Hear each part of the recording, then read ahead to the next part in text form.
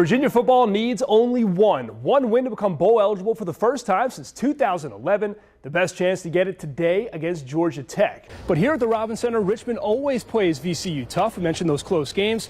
3 of the last 4 in the series played in this building have gone to overtime. John, I'm introducing you on the first tee box. I've never done it before. Do you have any advice for me on how to do it properly? I'll just say the fat boy from Dardanelle, Arkansas. There you go. This is the 12:05 tee time. Please welcome John Daly. Not quite as colorful, but still nailed it. Junior spoke to the media this afternoon. He said he believes he has a 6th place to 12th place caliber car. Now, he also acknowledged if you can make it to the final restart here at Richmond, then anything is possible. Now, whether they admit it or not, this is what NASCAR had in mind with the new playoff format. Last week, Denny Hamlin and Chase Elliott trading paint at Martinsville. Today in Texas, the first of 2 races remaining in the round of 8. For a first-timer who's interested in fencing, definitely a sport anyone can pick up, right? Anybody, really anybody can pick it up and excel. You've been doing it, though, how long? 13 years. And you're an Olympian, headed to Rio. Congratulations. Thank you. I've always wanted to take on an Olympian, so what do you say, rematch? Let's do it. Let's do it. It'll be right around 90 degrees for both the Xfinity and the Monster Cup races here at RIR this weekend. Inside of the cars, it could reach a sweltering 130 degrees. And speaking of today's camp, I went this afternoon to shoot some video. That is, until I made an enemy of MARSHAWN Lynch and found myself staring downfield right at beast mode. Lynch is notoriously no fan of the media.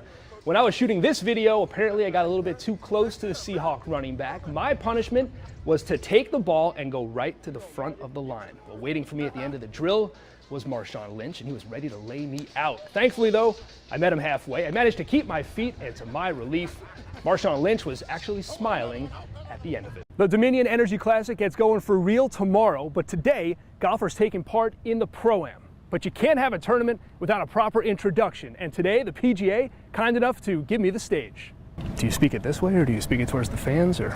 At the Country Club of Virginia, I was the starter for a day. The usual starter, the PGA's Adam Smith, was kind enough to let me introduce a few golfers to the crowd on number 1. But first, I needed a crash course in Introductions 101. There's really no pressure because everybody is excited and anxious, so it's kind of a job just to make everyone feel welcome.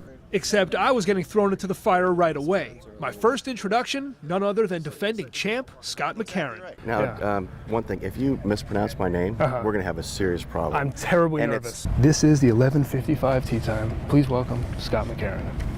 Perfect. Excellent. This is nerve-wracking. This is the 11:55 tee time. Please welcome Scott McCarron. Next up, the tour's biggest star with the biggest gallery. Thankfully, I got to John Daly before he got to the tee box. John, I'm introducing you on the first tee box. I've never done it before. Do you have any advice for me on how to do it properly? I'll just say the fat boy from Dardanelle, Arkansas. There you go. This is the 12:05 tee time. Please welcome John Daly.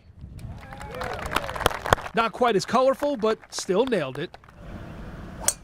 By the time Corey Pavin was ready to hit, I was a pro. This is the 12:15 tee time. Please welcome Corey Pavin. If I do it again, do you have any more advice? Anything I can improve on, or what do you think? Stick to your day job. Yeah. At the Country Club of Virginia, Matt Estreich, NBC 12 Sports. It was a close game, 8 minutes to go in the second half. Spiders down by 3. Klein to Chandre Jones, tying the game at 71. The next possession for Richmond off the steal. Klein going to miss the layup in transition. Back come the Dukes, but not for long. Monte Buckingham going to take it right back, and Klein throwing down the dunk. Spiders take over the lead. A minute or so later, back comes Richmond. Julius Johnson, 3 of his career-high 16. The lead is now up to 5. Then with 5 minutes to go, Klein, who's approaching a triple-double, going to toss it here to Jones for 3 more, capping off a 13-2 run. Chandre had 30 in the game. Klein, he finished with 34 points, 12 rebounds, 11 assists. It's recognized as the first triple-double in Richmond Spiders history, as Richmond beats Duquesne 101-90. They're over 100 points for the first time since 2012, and the Spiders now all alone in first place in the conference, and Klein cements his name in Spider lore.